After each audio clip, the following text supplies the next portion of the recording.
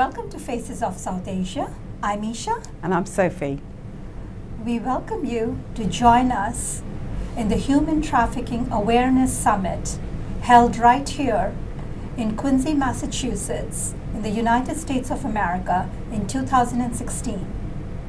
Human trafficking is a global trade of humans, most commonly for the purpose of sexual slavery, forced labor, mostly fueled by poverty, gender discrimination, and runaway individuals. This may also include forced marriages and child marriages. Human trafficking has been reported in all 50 states, including Washington, D.C., and U.S. territories. FBI estimates about 100,000 to 300,000 are trafficked here in America today. 17,000 to 18,000 are trafficked right here in New England, and Massachusetts being their prime destination. Many victims are not runaways or abandoned, but are from good families who are coerced by clever traffickers.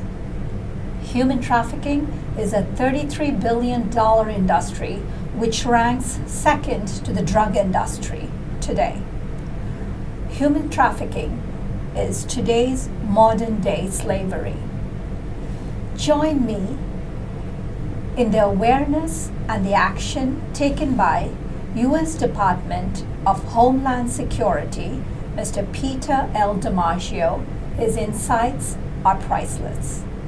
Join me in the tireless action and vigilance of the Abolitionist Network Director Sarah Dunham.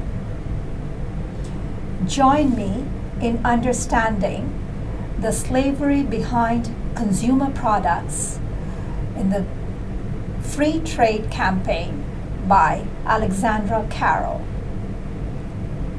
Join me in the incredible service provided by the Freedom Clinic of Mass General Hospital and the doctors. Join me to understand the incredible service by Amira, Executive Director Stephanie Clark. Join me in thanking the play Body and Soul. Join me in thanking Allison Cruz, who works with real kids. And thank you, a special thanks to the Rivers for hosting the Trafficking Summit in Quincy, Massachusetts, and Mayor Thomas Koch. Join me in the awareness and the action taken by U.S. Department of Homeland Security, Mr. Peter L. DiMaggio. His insights are priceless. My name again is Peter DiMaggio. I work for Homeland Security Investigations out of Boston, the Victim Assistance Specialist. I cover the entire New England area, so that's 73,000 square miles. And the places that keep me the busiest are Boston, Providence, Manchester, New Hampshire, Portland, and every now and then Burlington, Vermont. So we're kept pretty busy. And one of the things that Sarah just said is, the risk, the cost. And I'm hoping, as of this past Thursday, that changed, because we were able to, our group was able to successfully prosecute one of the largest sex trafficking rings to this date. Raymond Jeffries' case, he was actually trafficking 20 women across the country, the East Coast. And on Thursday, we had roughly 12 victims come to the U.S. courthouse to give their victim impact statements, and then the judge handed down a 30-year sentence to them. So you won't be saying.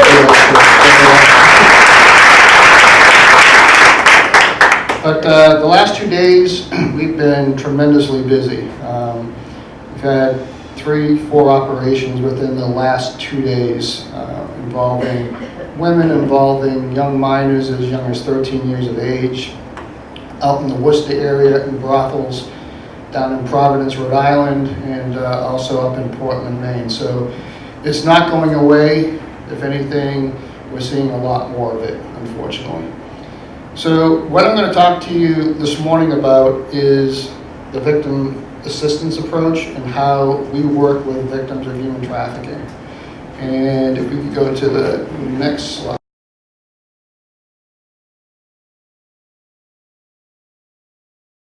This is our area of coverage. As you can see, our main office is in Boston. We actually have 11 regional offices across New England, and I actually cover all of those areas, so I'm pretty thin and on the road quite a bit. This is our authorities and responsibilities. Just besides smuggling and trafficking, we also cover narcotics smuggling, trafficking, customs fraud. You see it up there, so I won't go through each one. I want to show you a quick, probably 30-second PSA. Blue Campaign, if you're not familiar with the Blue Campaign puts out a lot of material on human trafficking.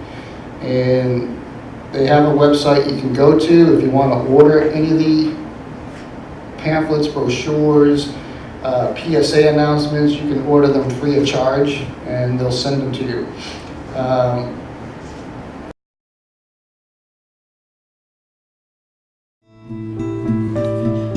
Every day we go about our lives driven by routine and blindfolded to the realities of the world around us.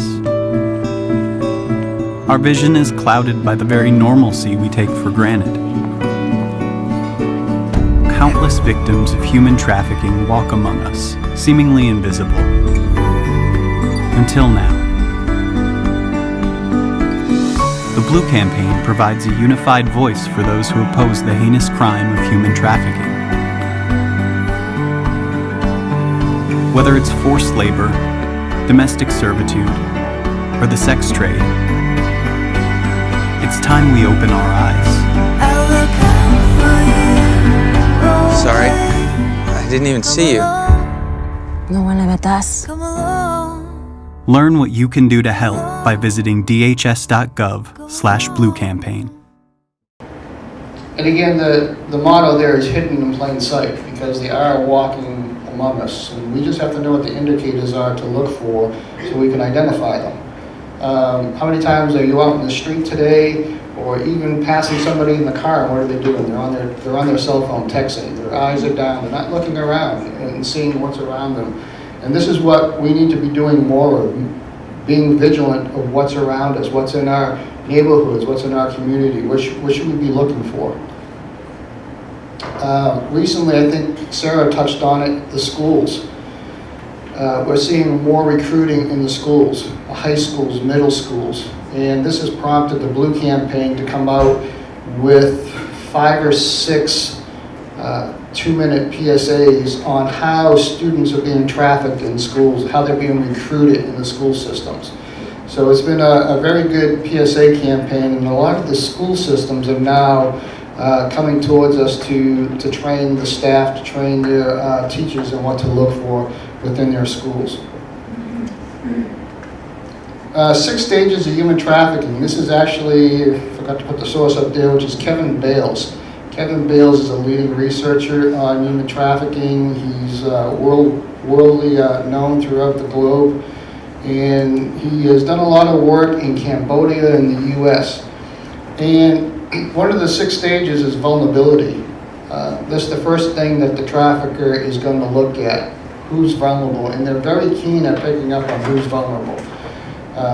We recently did a presentation down at one of the high schools on the Cape. And these students are very attuned and very keen on what's going on within their community.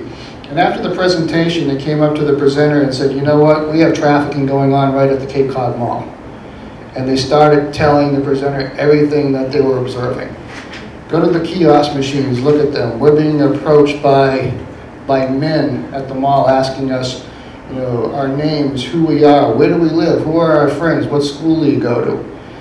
So much so that one of the teenage girls had to duck into Victoria's Secret to get away from one of these guys. They also told us stories about private pilots flying girls over to Nantucket, to mansions as well. So these students know what's going on in the community. They know what's happening. So they're a very good resource. And getting into the schools, letting them know what's happening. As far as trafficking, they're giving back as well by letting us know, hey, this is what you need to be watching. This is where you need to be looking. So the recruitment, again, as Sarah said, they're boyfriend in. They usually start grooming process by saying such things as, oh, you're a beautiful person, you have beautiful eyes.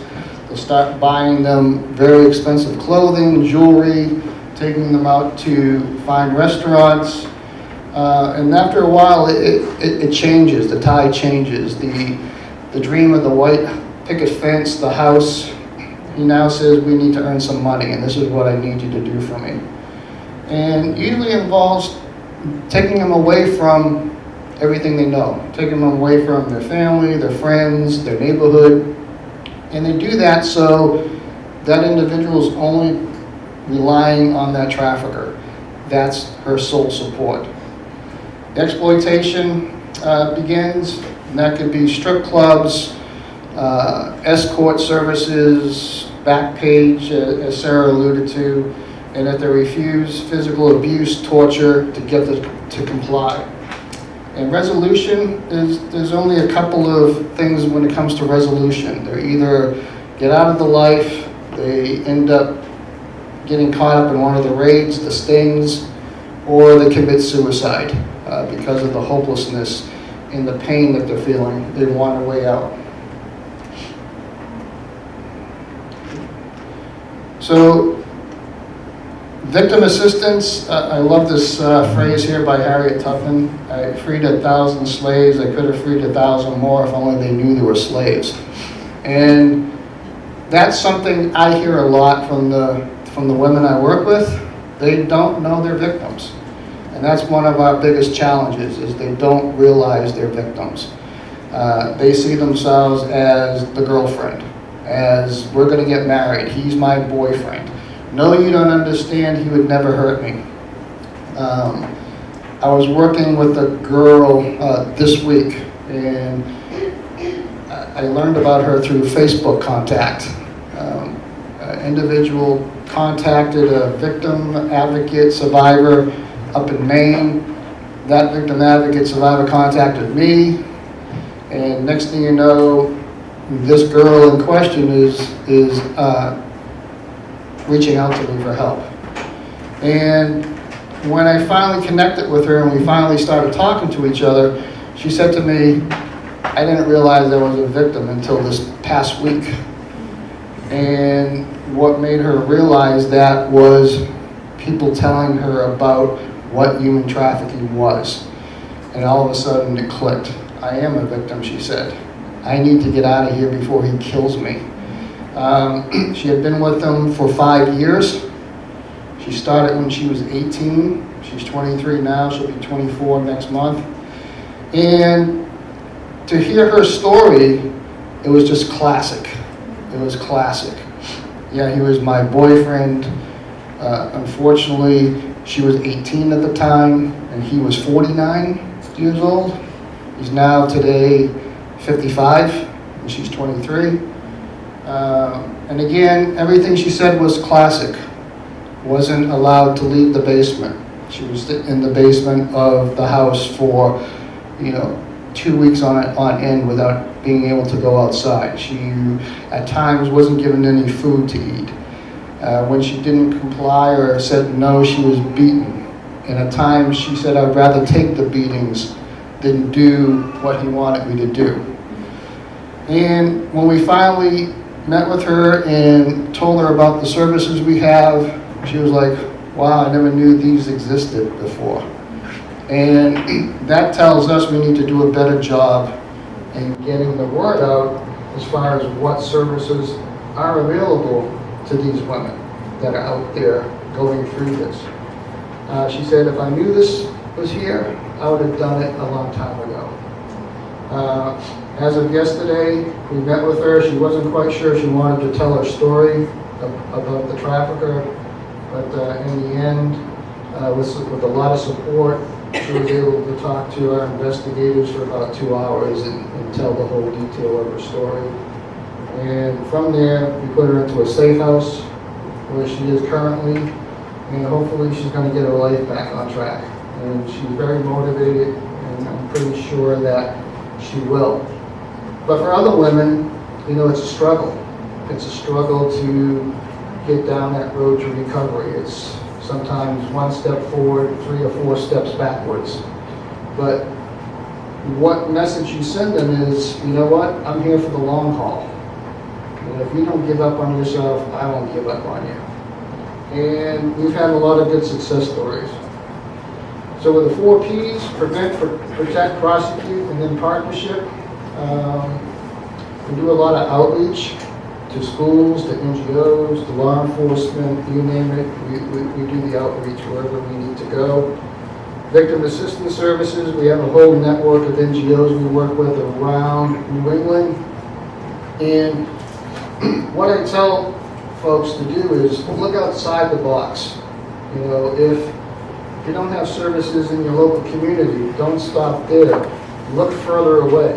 Because, excuse me, we have, you know, individuals that are from Massachusetts, but we might place up in Maine or New Hampshire or New York just to get them the services they need. So look outside the box. Multi-agency response. These are some of the individuals that could be working with that woman. Not all of them, but it can be quite a challenge. It can be overwhelming at times for that person with all these folks in their lives. So we come from a victim-centered approach. We don't sit there and tell that person, you know what, you got to do this, you got to do that, you got to do this now. We don't do that. They've had that already from their trafficker. We want to give them control back. We want to give them options on what might be available to them in the community. So we'll sit down with them and we'll start working on a plan with them on their recovery. What is it you want? Well, I want to be someplace safe. I want to work. I want to finish my education. I just don't want to see him again. And we'll work on a plan. We had one woman from Zimbabwe. She was a nanny, and she was only allowed to go to church on Sundays and only allowed to go to the library with the kids. And we met with her on several occasions at the library, and we started developing a plan and following her lead. And we gave her several options, and finally we brought a safe house in. She said, okay, I'll do the safe house. I want to get my GED, she said. I want to work. So we talked about vocational skills and training. And come, you know, that week for her to decide when she wanted to go, she goes, I want to go Sunday. I said, okay. So you realize Sunday is Easter. And she was very close to these kids that she was, you know, watching, you know, almost like their mother, because the parents weren't around. They were always working or going to some social events. So I said, do you realize it's Easter? I said, do you want to spend Easter with the kids? And she looked at me and she said, no, I'm ready to go. I was like, all right. So Easter Sunday morning, we picked her up in a park in Cambridge. She had 2 trash bags full of her belongings. And the night before, she put the trash bags outside the house.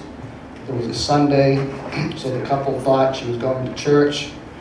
We picked her up, we took her out for breakfast. We stopped by Stop and Shop, where she could pick up some food from her native culture, what she was familiar with. And then we brought her over to the safe house. And as we were bringing her over to the safe house, the couple called because it was after 12 o'clock. She was supposed to be back by 12, and they wanted to know where she was. So they started talking to her, and that was just a great opportunity for us to start recording the conversation. So we pulled the car over and started recording our conversation on the phone, which just gave us more evidence that we needed. But today, She was in the safe house for a year and a half. She's now out in her own apartment. She's working at one of the major hotels in Boston as a concierge. So she's worked her way up. Recently, this past December, she had 2 sons in Zimbabwe that were in school. And she recently brought her sons over in December to live with her. So the whole family is back together again. So a success story there, but they're few and far between. Victims are key to a successful investigation and prosecution. If you don't have these services in place for them, they're not going to be a good witness. They're not going to be good for the prosecution because they're going to be unstable, they're going to be bouncing around from maybe friend's house to friend's house, from couch to couch. So it's key to get services in and get them stabilized. Assistance is not tied to successful prosecution because we know what they're going through, and it's our job to work with them to get them to the point where they're going to be able to work with our agents, work with the prosecutors to where it will be a successful prosecution.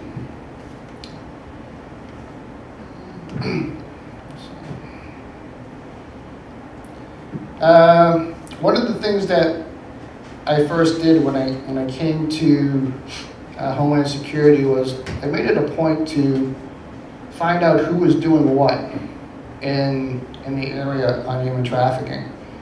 And it took me about a year to go out and meet everybody, sit with everybody, talk to everybody, and who was doing what.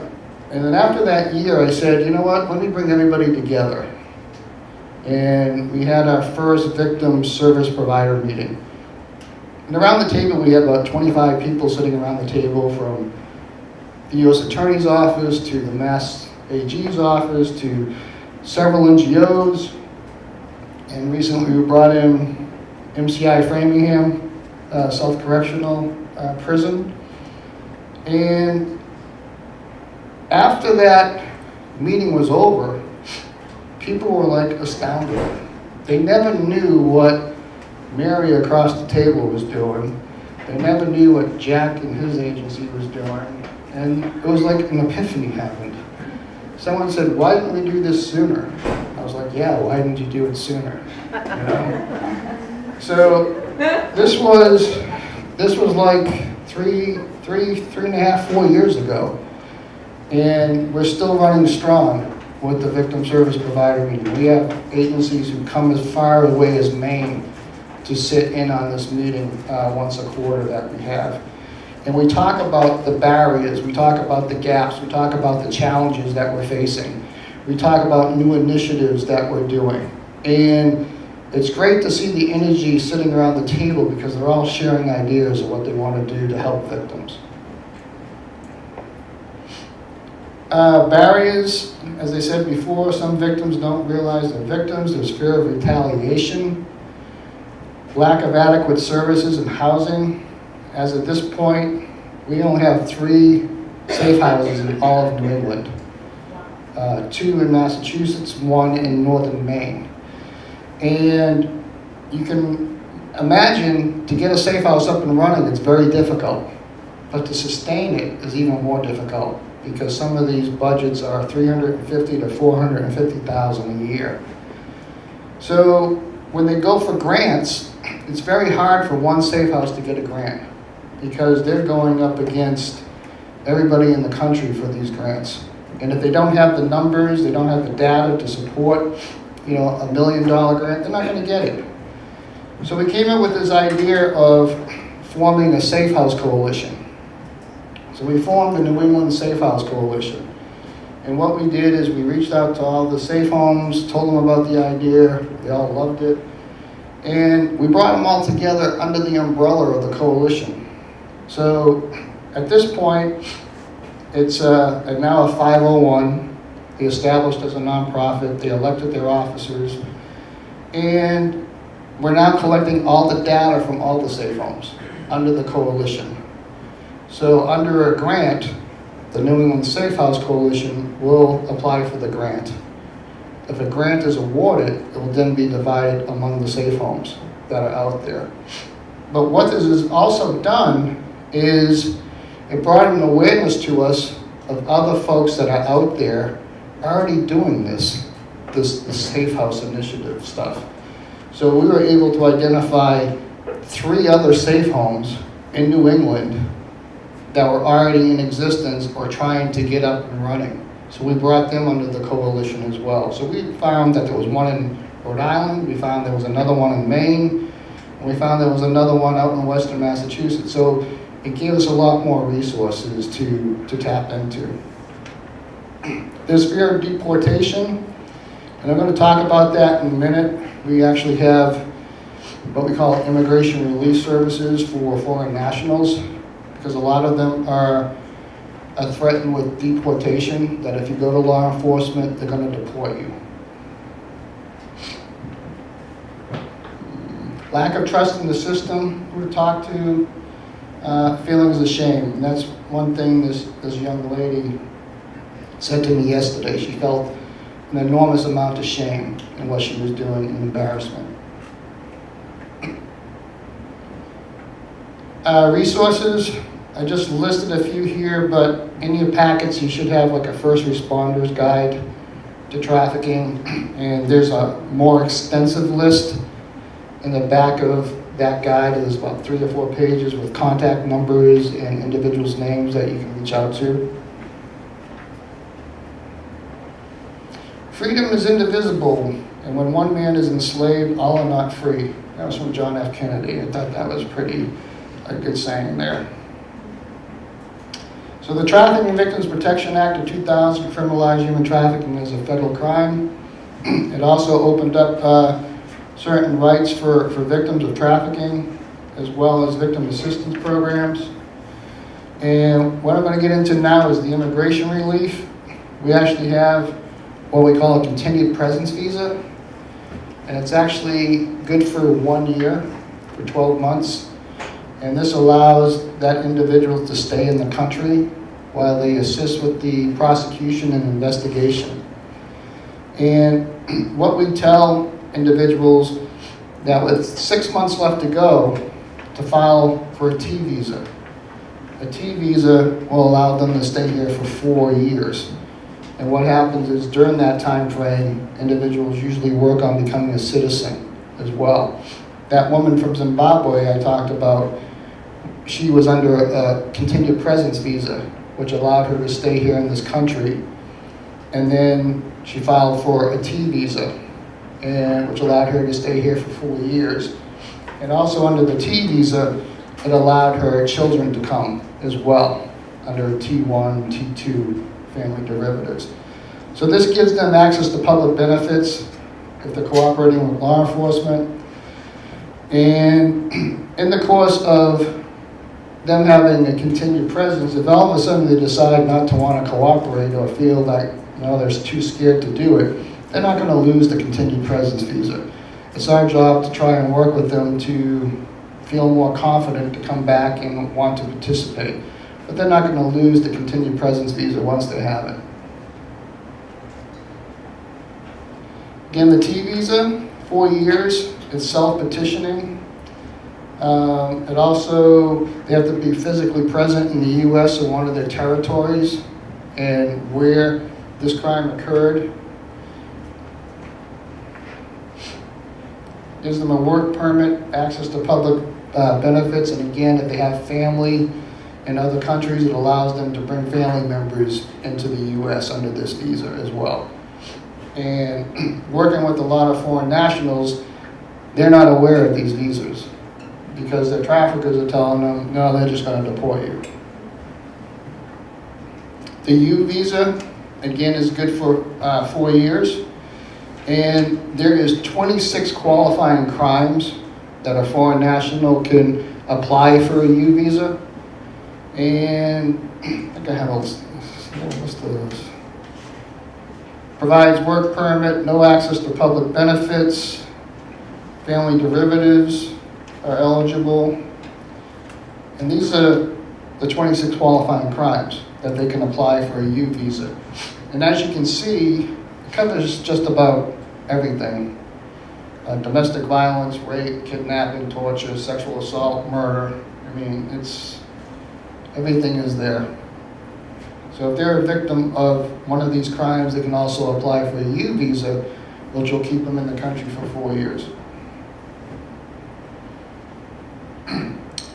If they want to go back to their country, they're allowed to go back.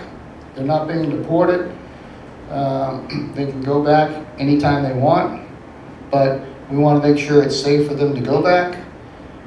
And there was actually a male who was working in it was a Mexican restaurant owned by 2 brothers. And these 2 brothers would get him forcibly drunk every week, almost every day. And then they would beat him in the basement of the restaurant. They would urinate on him in the restaurant, in the basement. And one of the brothers was arrested, the other one escaped, and we found out that he went back to this guy's home country. And this guy here, the victim, wanted to go back to his home country. And we determined that it wasn't safe for him to go back because we learned that the brother who fled was back in his home country trying to recruit an assassin to kill this guy when he came back. So we advised not for him to go back, and he stayed here in the U.S. So if they do go back, we want to make sure it's safe for them to go back as well.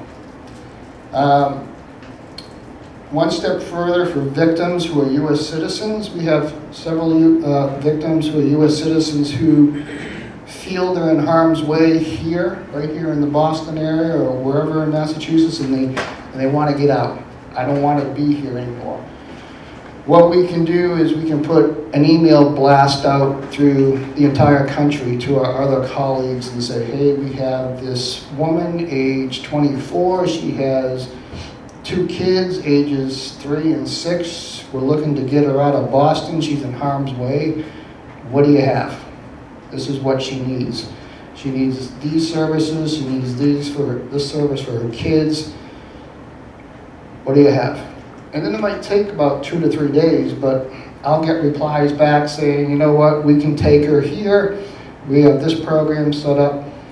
And in 2 to 3 days, I might have 3 or 4 options to give her. So not just one place. I have maybe 3 or 4 options to give her so she can make a decision.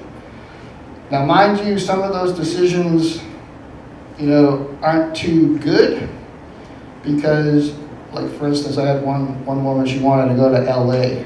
That was one of the places. I said, well, yeah, that's a good choice, but just remember, LA is very expensive. Very expensive. And the other option was a place in Arizona.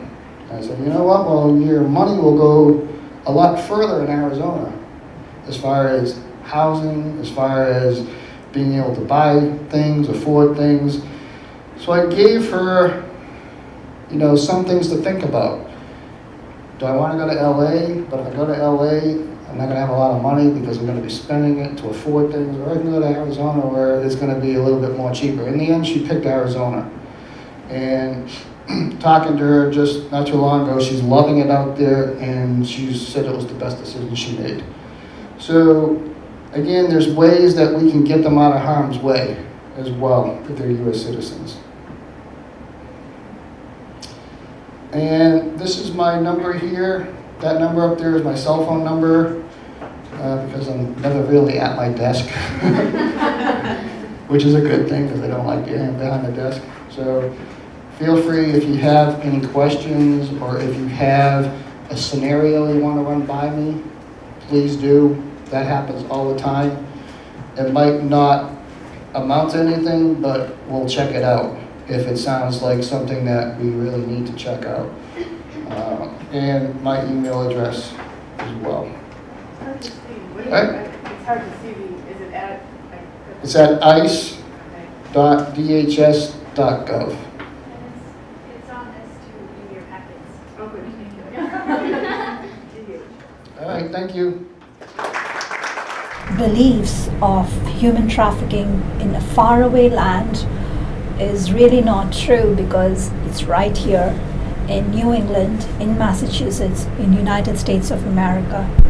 We thank you to join us in this difficult, heartbreaking human trafficking awareness, action and solution summit in 2016. We hope that we can make a difference.